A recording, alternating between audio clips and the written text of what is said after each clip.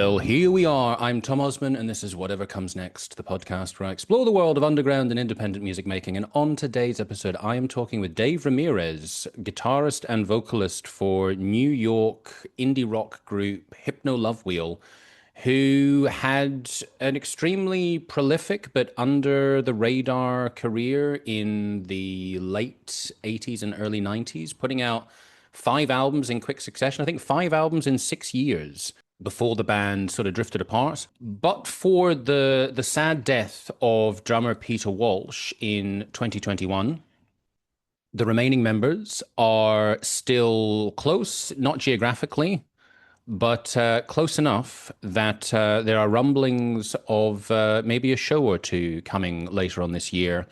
But in the meantime, Parallel Universe is a retrospective from all of the band's records, including some unreleased demos. There was a very limited run on vinyl of the release a couple of years ago, but that is now being given a proper full release, and it is available right now as we speak. So you can go onto Bandcamp and you can check out the whole album.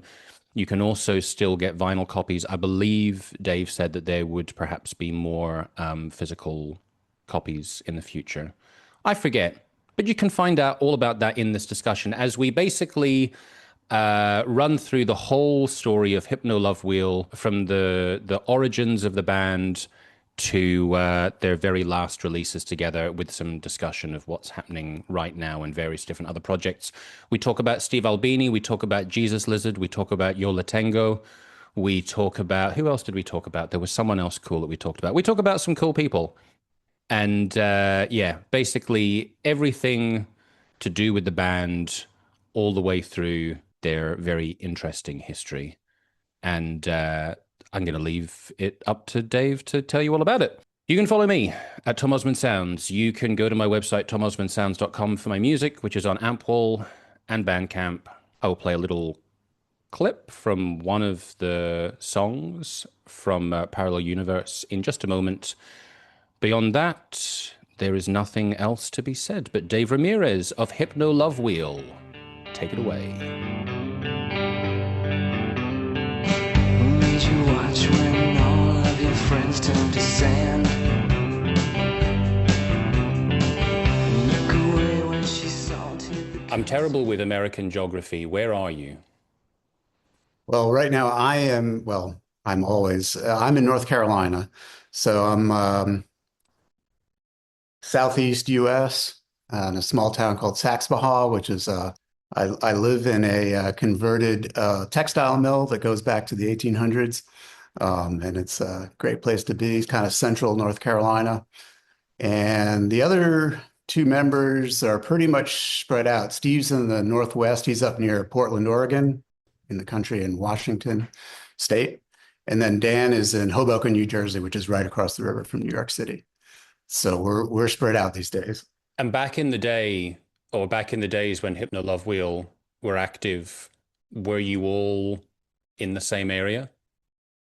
Yeah, we were. So Steve, Dan, and myself met when we were younger on Long Island, which is about an hour outside of New York City. So Steve and I go back the furthest. We met when we were about 11 or 12. And then Dan moved to town a little bit later, and the three of us knew each other, had a band together. Is that Plastic Device?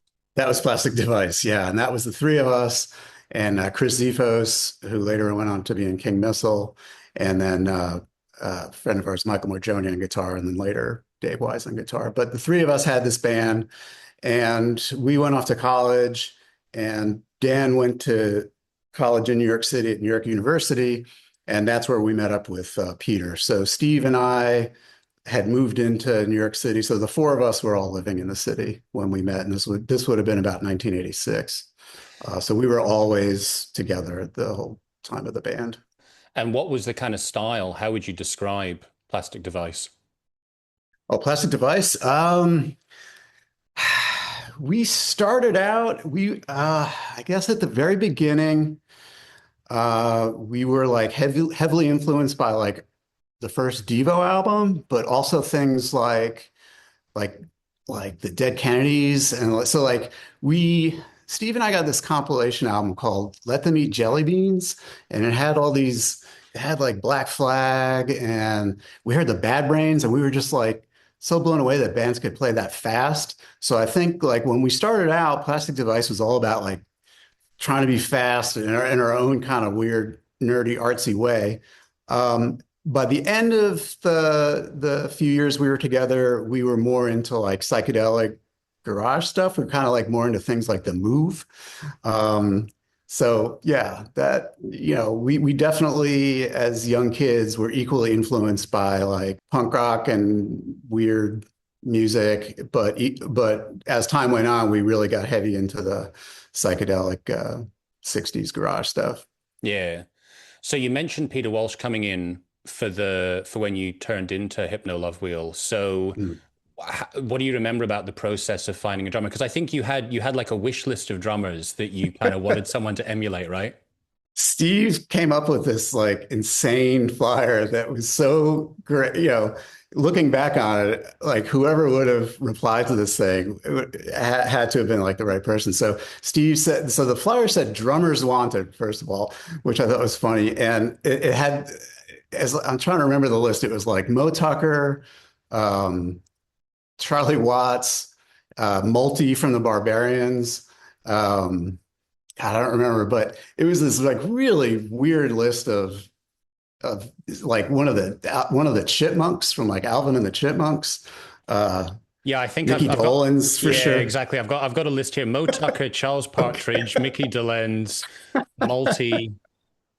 Uh, So Multi was the drummer that was missing a hand and had a hook for a hand, and there was a whole song just called, I think it was just called Multi, and it was like he's telling his story and playing. It's pretty awesome. and then Jughead as well. Oh, from the Archies, Steve, little known fact, Steve actually won a Jughead lookalike contest early on. But yeah, I just, leave it to Steve to come up with something that awesome and crazy. So we put up a few flyers, probably in and around, the dorm where they were staying at NYU. And two people replied.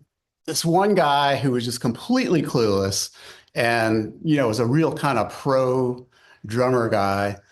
And we knew from the second he walked in, he was not going to be right for us. And I don't think he had, he just thought drummers wanted, so like he went. And then Peter kind of quietly walks in and he was really young and preppy looking and just didn't say a word.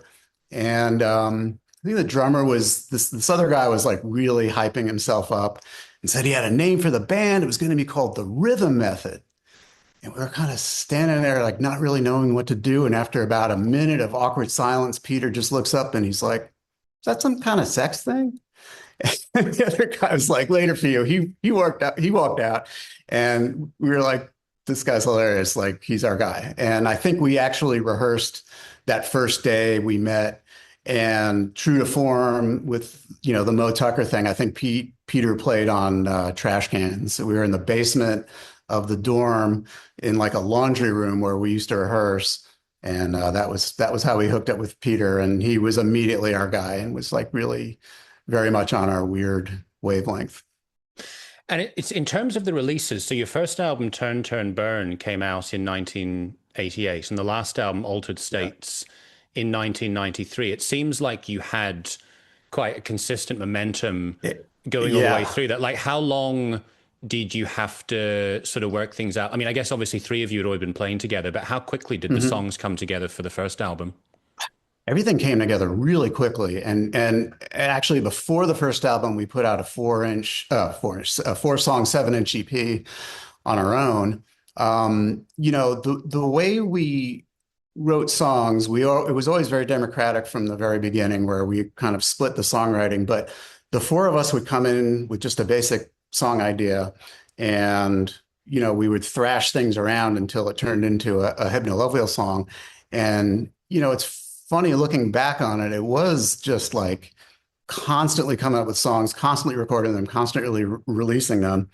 That first album we did with a guy named Albert Garzon, who I knew from college. He had worked on very early 10,000 Maniacs albums. Um, and I think there's something that the Hope Chest or something that came out that was the stuff that they did with Albert. And yeah, we did those first two albums pretty quick. We had a friend who was our manager, Eamon Bowles, and he put those two out on his own. And then we signed with Alias, and just it was like one after the other. Yeah. Hmm. So I do have more questions going through the history of the band, but I suppose before we get any way further, I should mention the fact that we are talking because you have Parallel Universe coming out on June the 19th, which is a Yeah. compilation of tracks from all five of the albums, Yep. demos as well. I think all of them Hmm. remastered too. Yeah. Originally, this came out on vinyl in 2020. Is this going to be the same mix as that, or is this a new mix? It's the same mix. It's the same mix. And yeah, it came out on a tiny, tiny release in 2020. Steve was collaborating with a guy named Frode Stromsted from Norway. And they had a label called Kara Records, and they did a couple of projects. Ladybug Transistor, I think they might have done something with Robin Hitchcock. I can't remember. But so there was a very, very small vinyl release of that. We didn't really fully have the rights to all the stuff from Alias at the time. And they were like, okay, fine, you could do it. It's a small level. But after that, or really within the last year, we got the rights back to everything, like all of our releases, which is just huge for us. And we sort of already had this compilation, you know, ready to go. It was remastered by Kurt Block from the Fastbacks, and he did a really great job. So we're putting it up. For now, it's just going to be strictly digital release with the original 15 tracks that James McNew came up with, plus seven more tracks, including Secret Star, which we released as a single about a month ago. Okay, because I noticed that there were on Bandcamp, there were a few copies of the vinyl Yeah. for sale. Are those from the original pressing? From the original pressing. I think we're literally down, we might be down to like the single digits at this point. Yeah, there were eight But online when I looked. okay, wow, we sold a few. Yeah, and eventually we might do a physical release of it. But this stuff, most of the stuff has never been up online. It's never been up on streaming. I don't even know how, but like one of our albums from Alias wound up on streaming. I don't even know how it got up there, and a couple of tracks that we did for compilations. So this is, you know, pretty big deal for us in terms of getting our music out there. Um, Yeah. Yeah, I noticed like a few, I think apart from Altered States, all of the albums, at least like track by track, are up on YouTube, for example. Obviously, you don't okay, necessarily get the best quality, but people can right. still get a sense of what the songs were. Mhm. But yeah, definitely it seems like the music's not that easy to get online. And obviously when you were first making music, it was before the time that digital Oh access yeah, became kind of such a central thing for so many people. long before. Yeah. You can't. I know there's some of the original vinyl out there if you dig around on Discogs and eBay, but yeah, that's what you would have to do up until now. So going back into the history then, so we've talked a bit about Turn, Turn, Burn, and you mentioned the recording and sort of the songwriting at that point. One little incidental thing that I wanted to ask you about, it's not on the compilation, but Get My Act Together from the first album. There's this Yeah. lovely little Cool. a descending guitar line, and it instantly made me think of Meat Puppets. And I was wondering if they were an Oh influence yeah. at all for the band. Oh, for sure. Huge influence. Yeah, that's really cool that you picked up on that. It's funny. I think I might have been the only guy in the band that didn't see the Meat Puppets, and it just didn't never timed out. I was either away at school when they played in New York, but yeah, we were all really into the Meat Puppets, especially the era around like Up on the Sun and like the second album, the Meat Puppets 2 and Up on the Sun were hugely influential to us. And Steve play that Les Paul. Yeah, and that's Steve. So the cool, I guess, one of the cool things about Hypnolovewheel is that Steve and I had never played guitar. We didn't play, neither one of us played guitar in Plastic Device. I actually played drums in Plastic Device, and Steve sang. And with Hypnolovewheel, we really both wanted to become guitarists. So we were kind of learning as we went along. And, a lot of times, so that was, let's see, so Get My Act Together, that's when Steve sang. So generally speaking, whoever sang the song kind of came up with the basic idea of it. So Steve probably was just doing that and just riffing on that, and we kind of like would come up with the rest of the song around it. To that point about the songwriting, I was wondering, in terms of the way that you would take someone's idea and put it together in the band, like how much did it tend to be someone essentially has a song and brings it to the band versus sort of a fragmented idea that everyone works on together? Yeah, generally speaking, it was like the the lyrics would mostly be the lyrics and the melody would kind of be someone would bring that to the table. I mean, none of us were recording demos really or anything like that. Peter, I gotta say, Peter was way ahead of the curve in terms of like Peter and I didn't sort of originate as many songs as Steve and Dan did, but like Peter would record demos and like sometimes they would be a bit more realized than what the rest of us were doing. But yeah, it was generally song lyrics, a melody, if Dan would come in with a bass line and some words, and then we would just, play it over and over again. And sometimes they came together really quickly. Sometimes we would be working on things for months and months until So, we were happy with them. so you mentioned Peter being ahead of the curve with the recording side of things, or with the sort of putting the writing elements together. So what was his background musically before he joined the three of you? Yeah, he was up in Connecticut, which is like an hour or two from New York, and he was in a bunch of bands, doing that kind of garage psychedelic 60s thing. Um, Peter had a great voice, a great songwriting ability. He was a great drummer, but he also played a little guitar, and was really, really adept at recording. I think, Peter was like he passed away a few years ago, and I know that he had a lot of he always had Porter Studios and things like that, and I'm sure there are just tons and tons of projects that he was working on that would probably unfortunately never get to hear. But yeah, Peter, whenever we recorded, Peter was glued to the board with whoever we were recording with, and very, very much involved in the mixing and recording of the albums. That's interesting because, yeah, when I was looking on Discogs at the credits for each of the albums, I saw I Mm. forget which album it was like, I think maybe Space Mountains, the first one, where it lists on there the band as co-producers. But so would you say that Mm. Peter was Yeah. involved on the Oh, production side sure. from the beginning? Very much so. We were always very, each of us in our own way were very involved in the recording process. Me, probably more with overdubs and doing different parts with different instruments and stuff.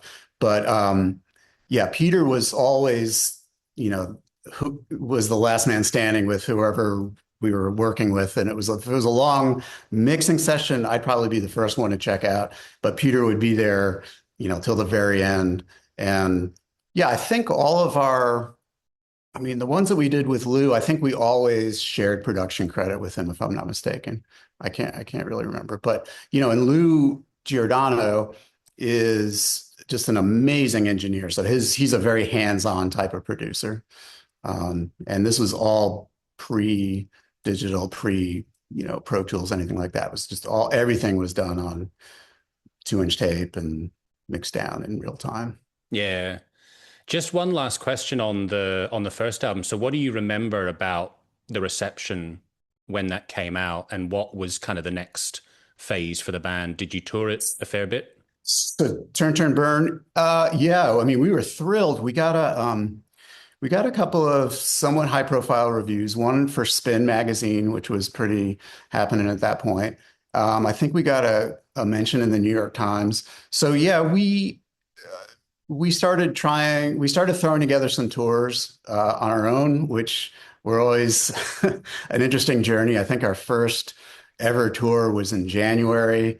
In the north, we went up to like, I don't know, maybe as far as like Detroit and back.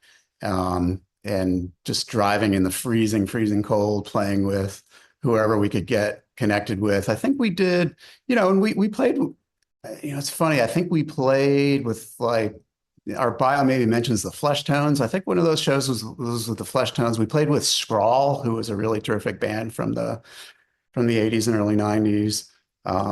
Yeah, that was DIY. We were booking most of those things ourselves. That was going to be one of the questions I was going to ask you, because I have been interested to explore the DIY tour booking side of things with different artists. So like, Yeah. how did you go about that back at that time? Like, did you have certain contacts that could at least get you started?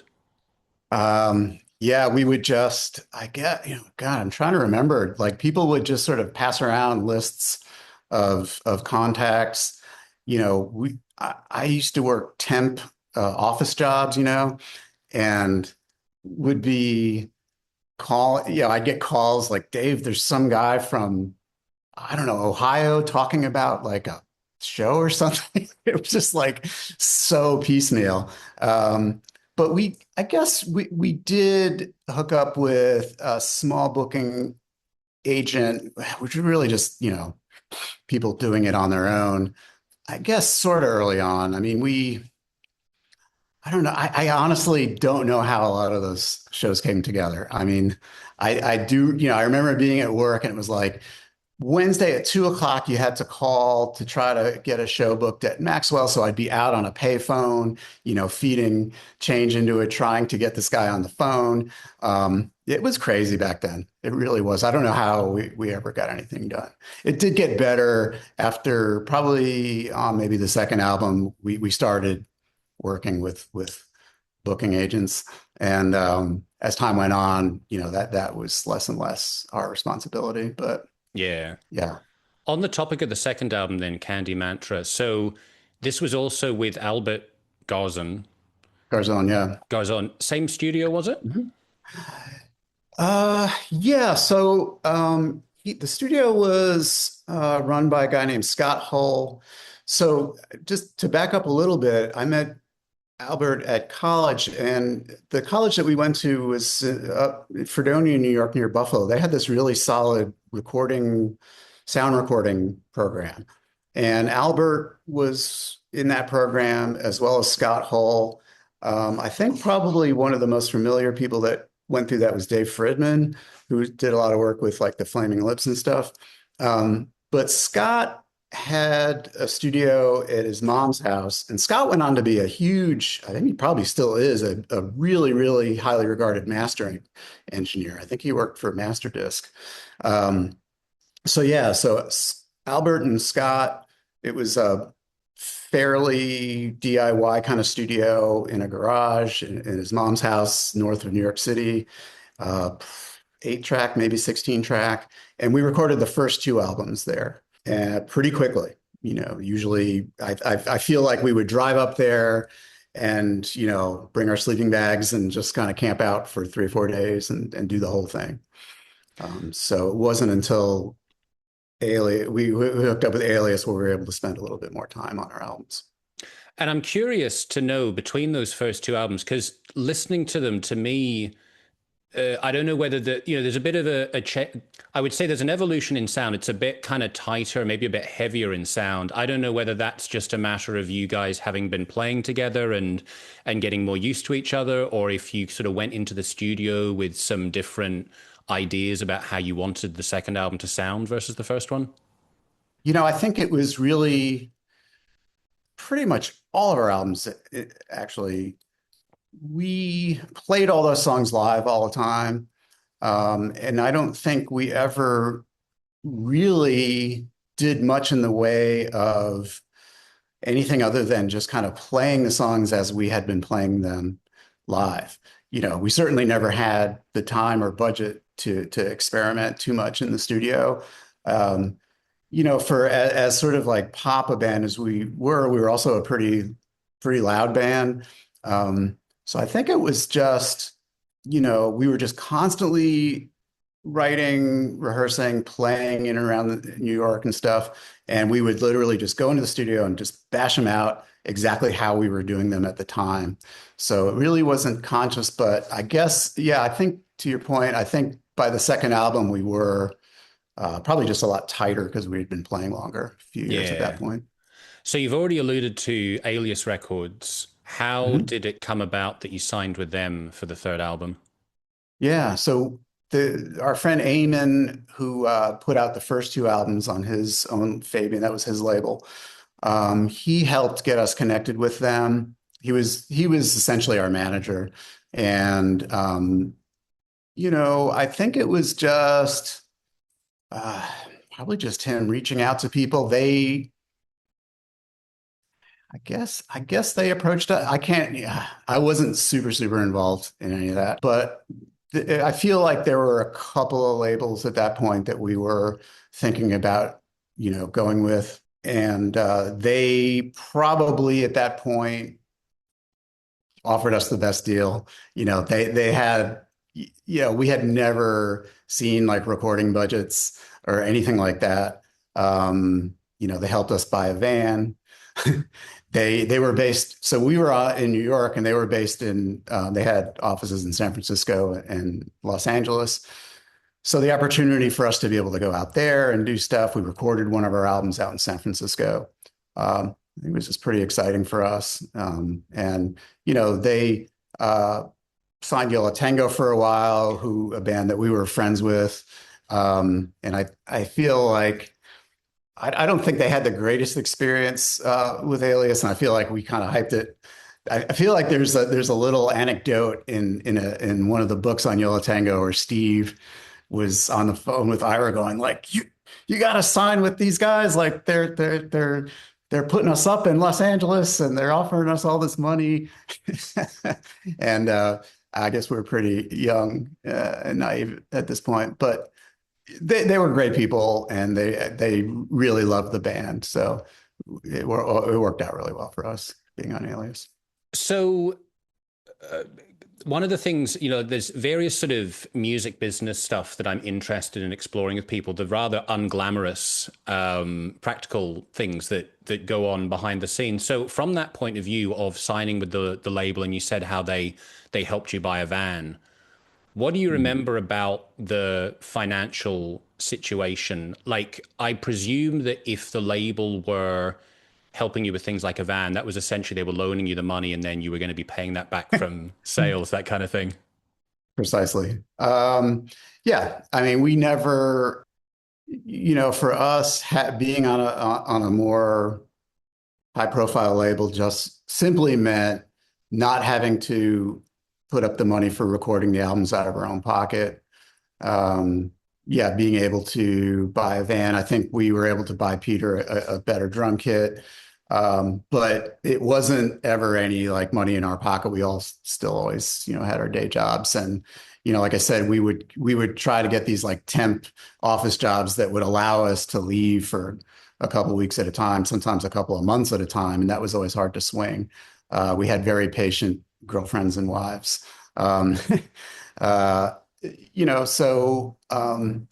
it was exciting for us, to get this bigger amount of money to record. We were familiar with Lou Giordano. He was doing a lot of bands that we liked. He'd worked with people like Mission of Burma and a lot of the Boston bands he was involved with. He ran sound for Husker Du for many years. He was Because just I was somebody I that was going to we say, yeah, because he recorded Workbook, the first solo right. record. Yeah, Bob Mould. Yeah, yeah, exactly. Yeah. So he had a good connection with Bob Mould. So I think I just called Fort Apache, which was the studio that he was working out of, and said, "Hey, we want to record an album with Lou Giordano." And I feel like they might have even just put him on the phone, and I was kind of like shocked. There's this guy that we were really into, and it turned out we wound up doing 3 records with him. We had a great working relationship. We were able to fly him out to San Francisco for Angel Food. Yeah, and it was really great working with Lou. We clicked really well. And with that transition then going from Candy Mantra to Space Mountain, what do you remember about the recording situation for that one. Did you feel like an added sense of pressure because you were more high profile at this point?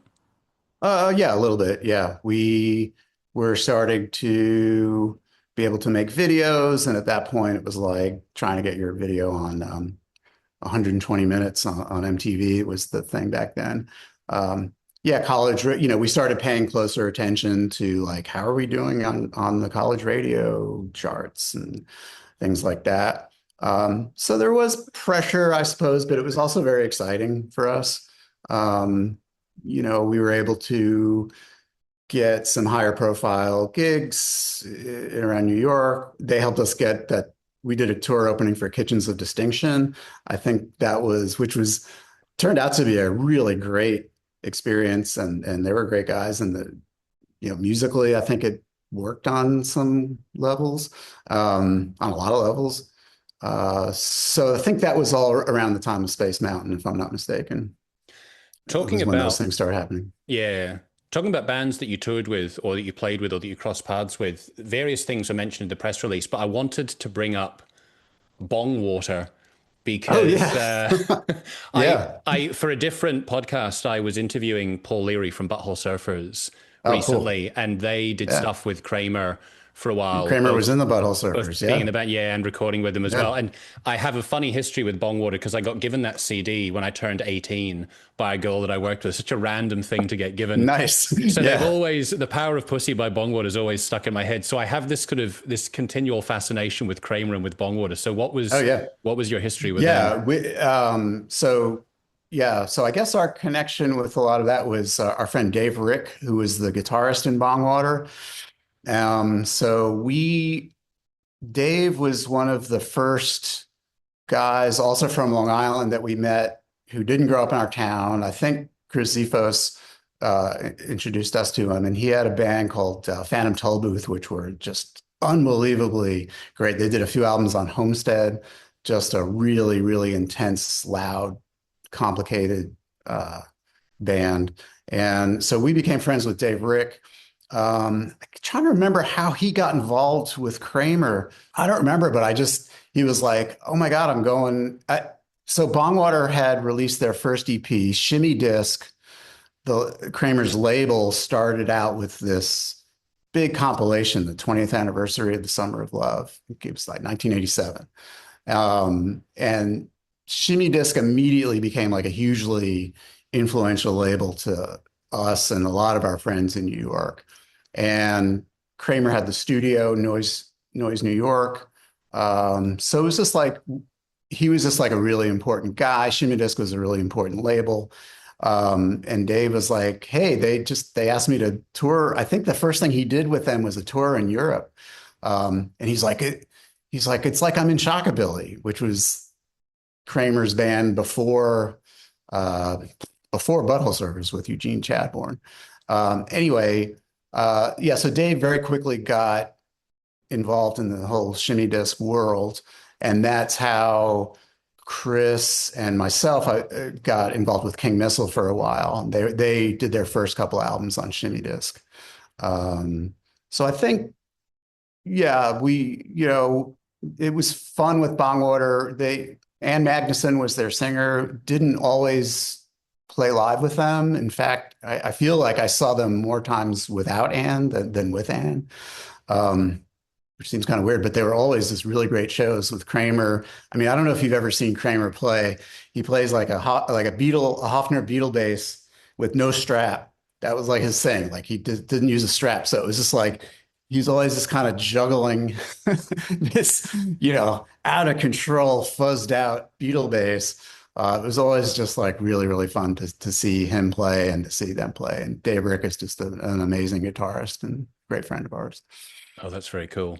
I wanted to Mm. ask you about another band as well, which get mentioned in the press release because I've seen them play live only recently, and so essentially, it's Jesus Lizard. So Mm. all the stories of David Yao, all the infamous stories of all the different things that he did on stage, and I interviewed some different people for an episode of the podcast a while ago, and I asked them all about sort of key moments with music, either seeing a band live Mm. or hearing an album for the first time that changed Mm. their lives. And I was talking to Steve Austin from Today Is the Day, and he said that before Today Is the Day, he had another band, and they went to go see Jesus Lizard. So I guess it's like around about 1990. And he said that it was so freakish, both the people that were there and the band themselves on stage, that it freaked him out. And he had to, like, he ran away after the gig and essentially had to like reconsider his whole life. And he thought he was Oh going to go to yeah. hell just because he'd Yeah, seen them right, right, live. So right, like, right. so what Yeah. was your experience with Jesus Lizard? Yeah, we were booked with them in the middle of a tour. I think it was like in Madison, Wisconsin, if I'm not mistaken. And we'd been on the road. And I gotta say, we were probably more familiar with their previous band called Scratch Acid than we were of Jesus Lizard. We weren't like huge fans of them, but like we totally knew about them. And, we'd been seeing coming up, Jesus Lizard was like, that's going to be an interesting situation because I think that like I said, we were a pretty loud and noisy band, but we were like these kind of nerdy, comic book weirdos. And yeah, they were like these like crazy people. So we showed up to the show and it was us and one other band, I think a band on Sub Pop, and we were clearly, like these kind of this wimpy pop band, from New York with nerdy guys with glasses and they were the Jesus Lizard. And I kind of remember having like a little interaction with them in the dressing room and just kind of like keeping our distance.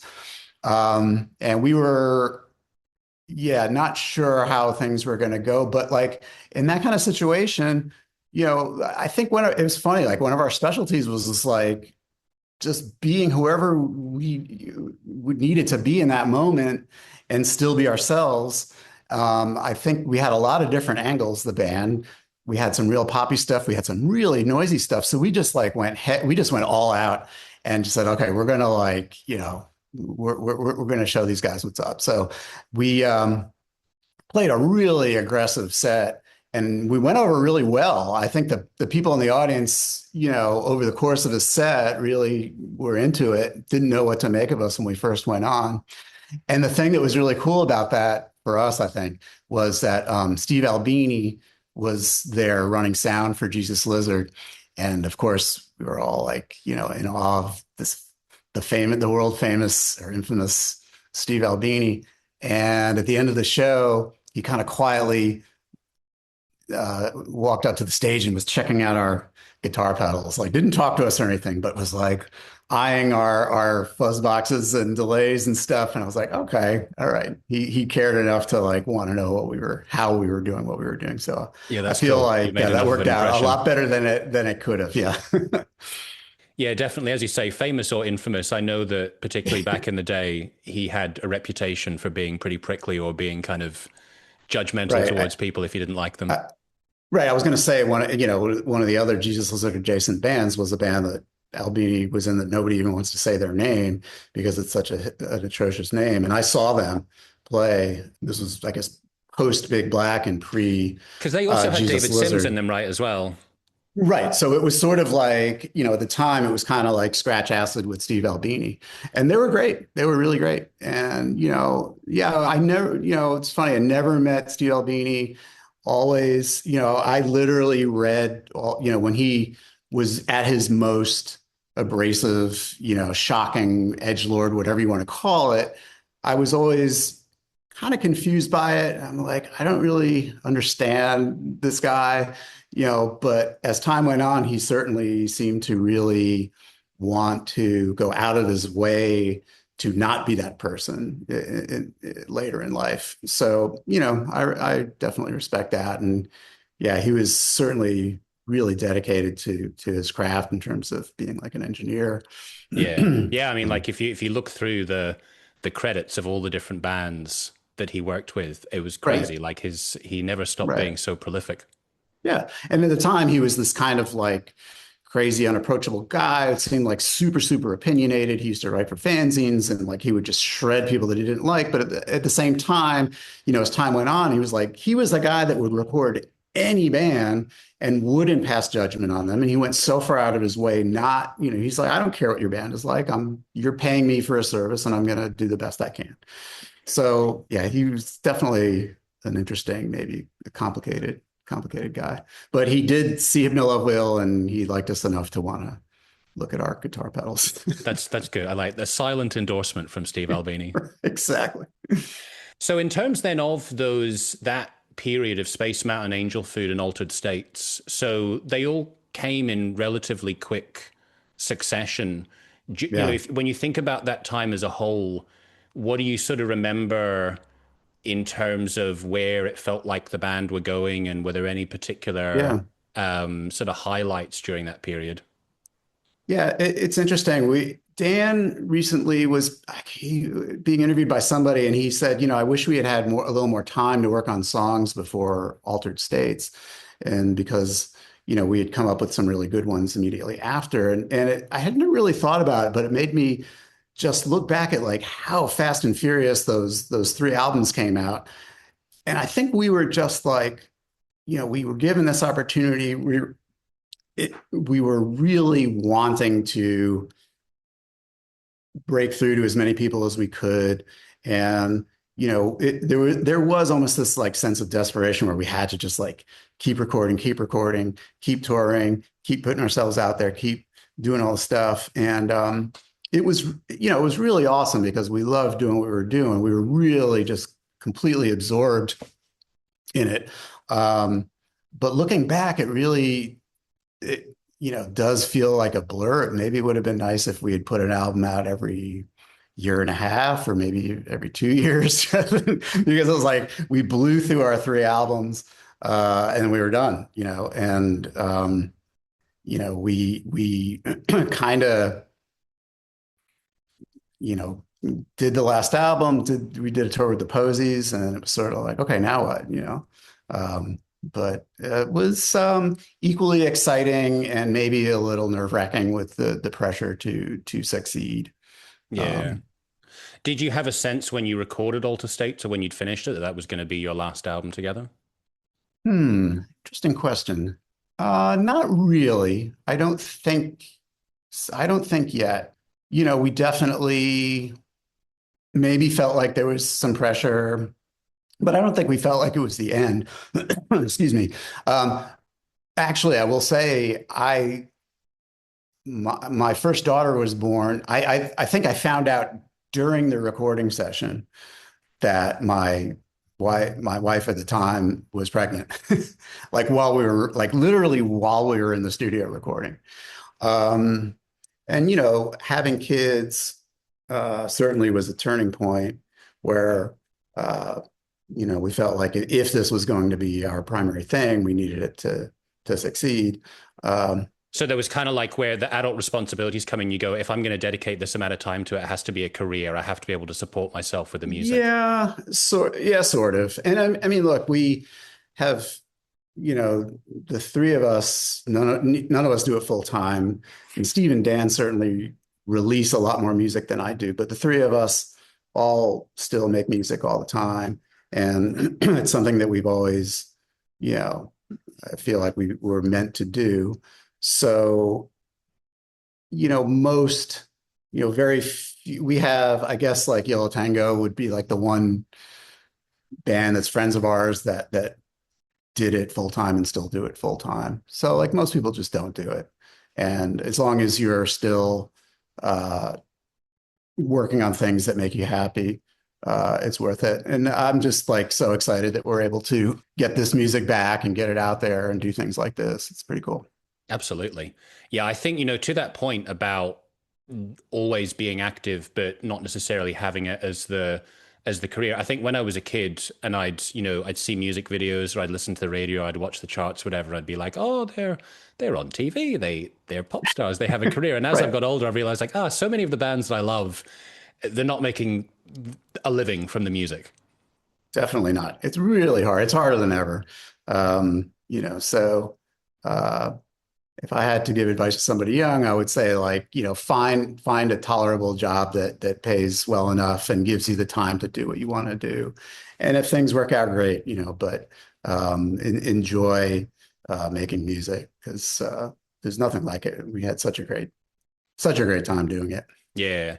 Having brought up Joe Latengo, so James McNew, I think, was Mhm. involved in at least figuring out what tracks were going to be on the compilation. So how did that come about?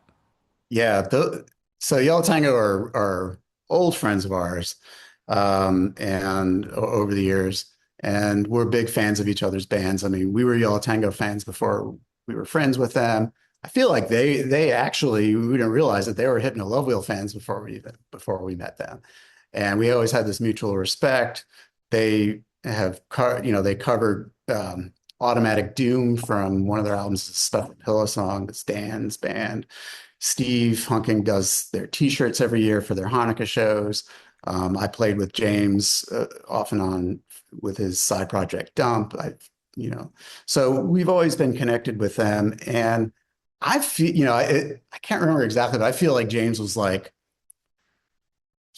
I think he just sort of like, this is your compilation. Like he just sort of like, if you do a compilation, this is going to be it, your greatest hits. And we're like, okay, like fair enough. I mean, he was a huge fan of the band. We were excited that he was into doing it. But I really I'm trying to remember back, but I feel like he was insistent. He was like, if you guys ever do a compilation, this is going to be it. It's really fair enough. Do you remember if he decided what the track list should be, or did you decide that later? I feel like he might have done the whole thing. I think really down to the order. Yeah. It was pretty cool. I mean, Steve and our friend Frodo were when that came together. They were probably more involved in it, a lot more involved in it than I was. It's funny, we came up, I feel like Steve, so Parallel Universe was the name of one of our songs, and it always seemed like a natural title for if we ever were to do a compilation, um, because we were kind of in our own sort of little universe, as opposed to the rest of the indie rock world. So we had the title of the compilation picked out a long time ago. And I'm glad it finally was able to come together. Thank you, James. Absolutely. Yeah. So, I mean, I guess as we've mentioned, originally there was a limited vinyl release in 2020, but I don't know Mhm. how much over the years you've listened to the songs. Like, how does it feel now in 2026, listening to all Hmm. these songs together, all this music that you made 20 plus years ago?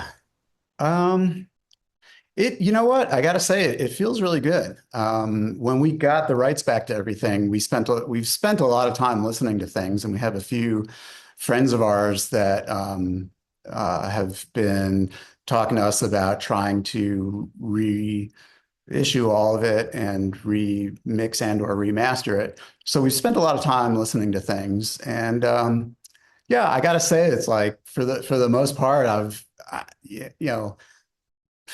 I'd forgotten. We had so many songs that I'd even forgotten some of them, and yeah, it's been really great going back and listening to everything and getting back into it. And I'm proud of what we did in the amount of time that we did it. And so, from that point of view of now going back to the music, and you've got the compilation coming out, and there's the possibility of putting the albums out digitally, and I guess maybe having physical reissues of them as well. Obviously, um, there's only the three of you now, but how much is there a possibility that you will actively be doing something as Hypno Love Wheel? Like, how are you sort of going to be? Uh, yeah, how is this going to work from now on? There is more than a possibility. We definitely are going to be playing um, at least one show, and it's not. I can't. It's not totally finalized yet, but if you're in and around the New York area, and this is something that might be of interest to you, look at our Instagram page, I would say. Okay. Um, but yeah, we had been approached a couple of times over the years to maybe play. We got together once in 2001 playing with Yellow Tango. That was the first year they started doing their annual Hanukkah shows, and they asked us to do that. And it's funny, we'd been broken up for like 7 years at that point, and it seemed like an eternity, and that already was almost 20, 25 years ago. Um, but yeah, we are going to do it. We have nail down somebody to play drums. It's going to be tough to, I think it was really, we had been asked a couple times, but after Peter passed away, and that was like 21, it became even more, I don't know if this is ever going to happen, but I think getting everything back, I think Peter would have wanted us to do it. So we have been sort of relearning all the music independently. And that, you asked just a little while ago about revisiting the music. So I've been doing that to trying to relearn how to play because I don't like play a lot of guitar these days. So, and it's been a great experience. It's really, really, really great. And surprisingly remembered how to play more of it than I thought I might. Muscle memory counts for a lot, I guess. So I can't say, because we're so far apart geographically, I can't say that, it's going to be any kind of regular thing, but we're excited to get something together. Oh, that's super cool. Later this year. Yeah. So that was just going to be one little incidental question. So my intention was to put this out just before the album comes out. So in terms of yet to be announced gigs, would I be right to think that wouldn't be till after the release date? It's hard to tell. It will probably be announced right around that time. So, like I said, keep a close eye on our Instagram page because that's where Steve has been doing that and keeping everything really up to date. So that's the place to look. So if it's something that you might be interested in, that's where you'll find out all the details. Duly noted. And then so whether Hypnolovewheel or anything else related, anything else to mention in terms of what you've got going on at the moment?